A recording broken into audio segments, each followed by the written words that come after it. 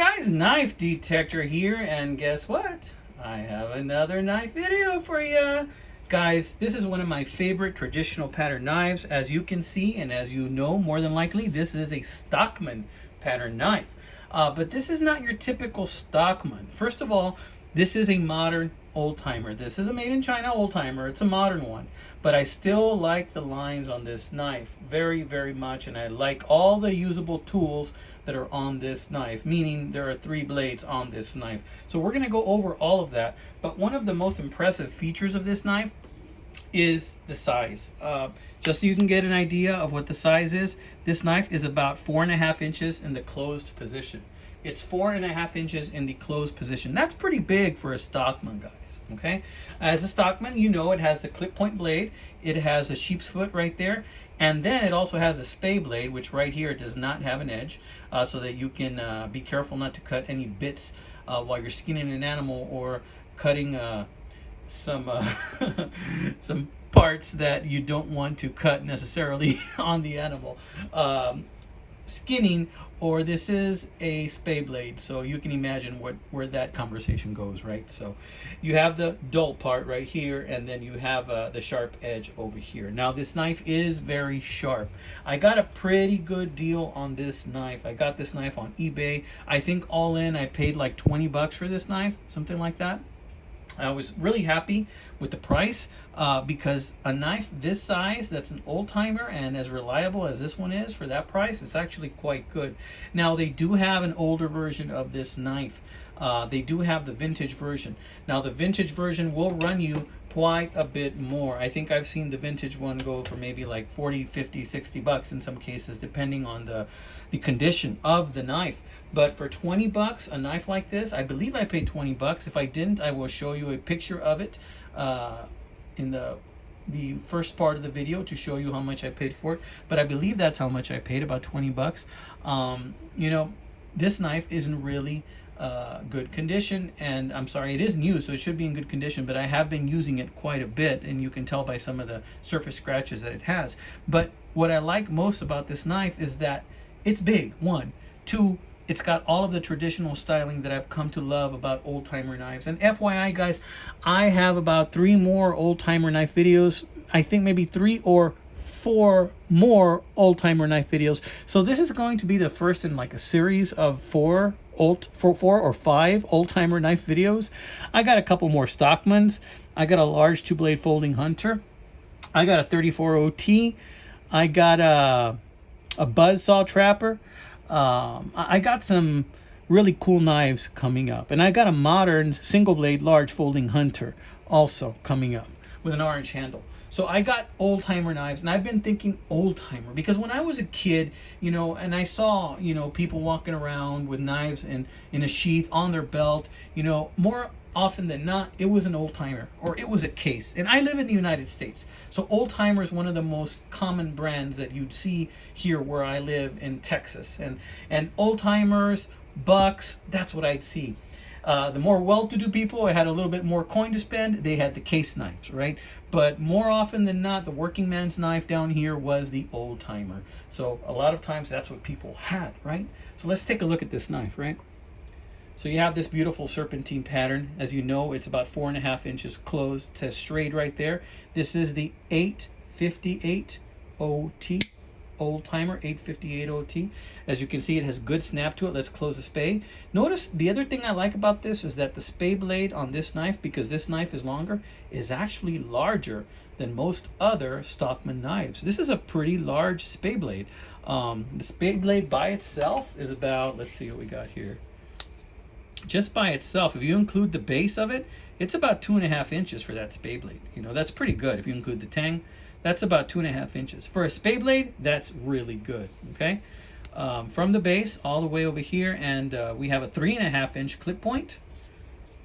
Let's close that because I don't want to skewer myself. Let's measure that sheep's foot. Now this is your standard sheep's foot, but it is a little bit longer too.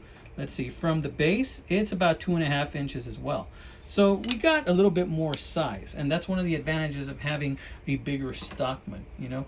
These knives, you can tell if you have them in your pocket. You will know that they are in there. But that's kind of like the thing that I like about it, because I don't like having a knife in my pocket that's too light. I've said it many times before. I have lost a knife like that before because I just pulled out my keys and out came the knife and I never even felt it. So how much does this bad boy weigh? Let's see. Ounces. 4.2 ounces. You know what? And at 4.2 ounces, it really isn't that bad. You know, I carry this in my pocket and it just falls right in there. And I know it's there. And I love this Delrin. Now, in the older knives, the Delrin was much prettier. You had this beautiful Delrin that would take up an orange hue. But on these new China models of knives, you can see how it looks more of like a cappuccino kind of color right here, which I'm not that fond of, but I'm hoping and I'm praying that eventually that'll turn into like a bright orangey brown, just like you're seeing in that edge right there. I want that to become this, right? And I just recently acquired a large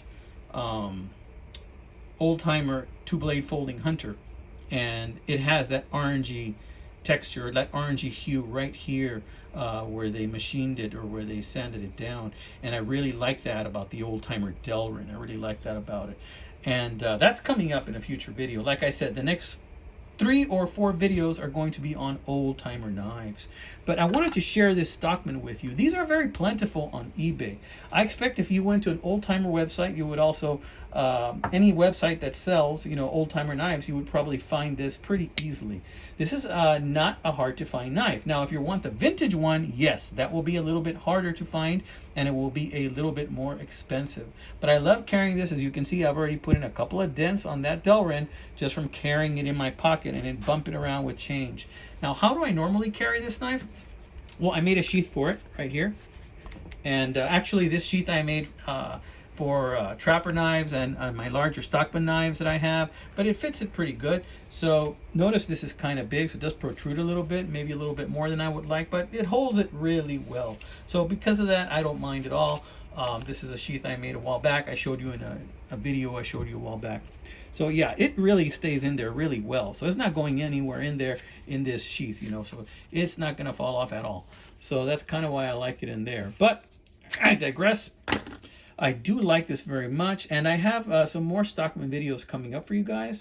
And I'm going to go ahead and show you in closing this video some eBay pictures when I bought this knife, what it looked like, and what I paid for it. I want to say it was around 20. I don't recall exactly how much, but I will be showing you that in the picture. And you know what? These types of knives, they're really good if you live out on a ranch, or if you have some farm work to do and you want to have something sharp in your pocket to cut rope or whatever you need to. This is really good just to even have as a pocket knife, guys. You can use some of these blades to cut rope. You can use them even to whittle if you want to. The great thing about a Stockman knife is you have 3 choices for the blades, 3 tools that you can use to cut. If you want to use for hunting applications, this spade blade would be perfect for skinning small game or even large game. You know, you're going to get your hands a little bit more dirty here if we're talking about a deer, but you can do it in a pinch if you need to, you know, and it's just perfect. You see the way it curves down like this? It's made to do that so that you can get more control on the blade. Isn't that nice? Yeah. It's just made really well. And this rope knife, if you were to hold it like this, you'd see how it kind of curves up a little bit and you're holding it like that. Nice. It just really makes for good contact in whatever it is that you're going to work on or cut. And the clip point comes up to a nice clip right there, and it's a very big, very large clip point. Okay, guys, this has been another episode of The Knife Detector. I wish you well, my friends. I hope you guys are having a fantastic work week ahead. Look at this beauty of a knife. These are out there, my friends. These are out there for you guys to detect, to source, to use, and to decide for yourself if it's worthy of being carried in your pocket, my friends. God bless you, my friends. Have a wonderful work week ahead.